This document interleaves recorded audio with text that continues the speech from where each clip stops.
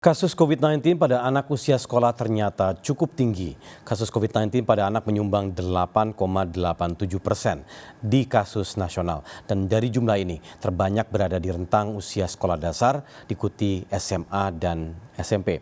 Dan Jubir Satgas Penanganan COVID-19 Wiku Adhisa Smito meminta pemerintah daerah yang memiliki kewenangan membuka sekolah harus mengutamakan keselamatan siswa dan memperhatikan data kasus COVID-19.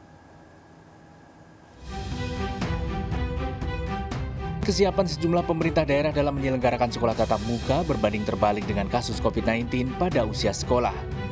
Dari data yang dirilis Satgas Penanganan COVID-19, kasus COVID-19 pada anak ternyata cukup tinggi dan menyumbang 8,87% di kasus nasional. Dari seluruh rentang usia tercatat usia SD atau 7 hingga 12 tahun menyumbang angka sebanyak 29,85% atau 17.815 kasus. Disusul rentang usia SMA 16 hingga 18 tahun dengan 23,17% atau 13.854 kasus. Sementara untuk rentang usia SMP 13 hingga 15 tahun sebanyak 18,8% atau 11.239 kasus. Sedangkan untuk usia TK 3 hingga 6 tahun sebanyak 14,3% atau 8.566 kasus.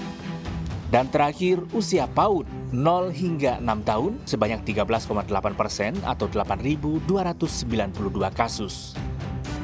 Sementara dilihat dari persebaran kasus COVID-19, DKI Jakarta, Jawa Barat, Jawa Timur, Jawa Tengah, Riau, Sulawesi Selatan, Kalimantan Timur, Sumatera Barat, dan Banten menjadi 10 provinsi penyumbang kasus COVID-19 tertinggi pada anak usia sekolah.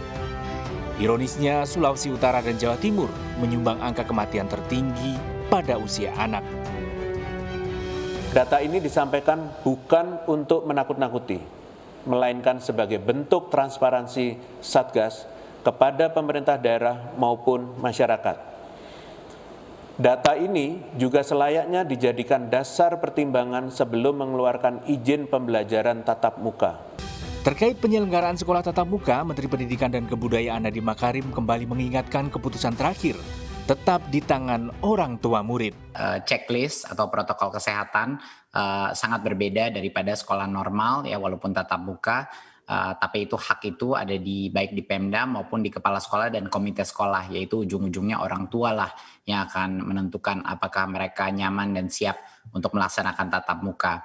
Jadinya kalau ada informasi yang mengenai tatap muka itu tidak terjadi, itu tidak benar. Kami terus berjalan seperti sesuai dengan keputusan SKB 4 Kementerian di setiap daerah.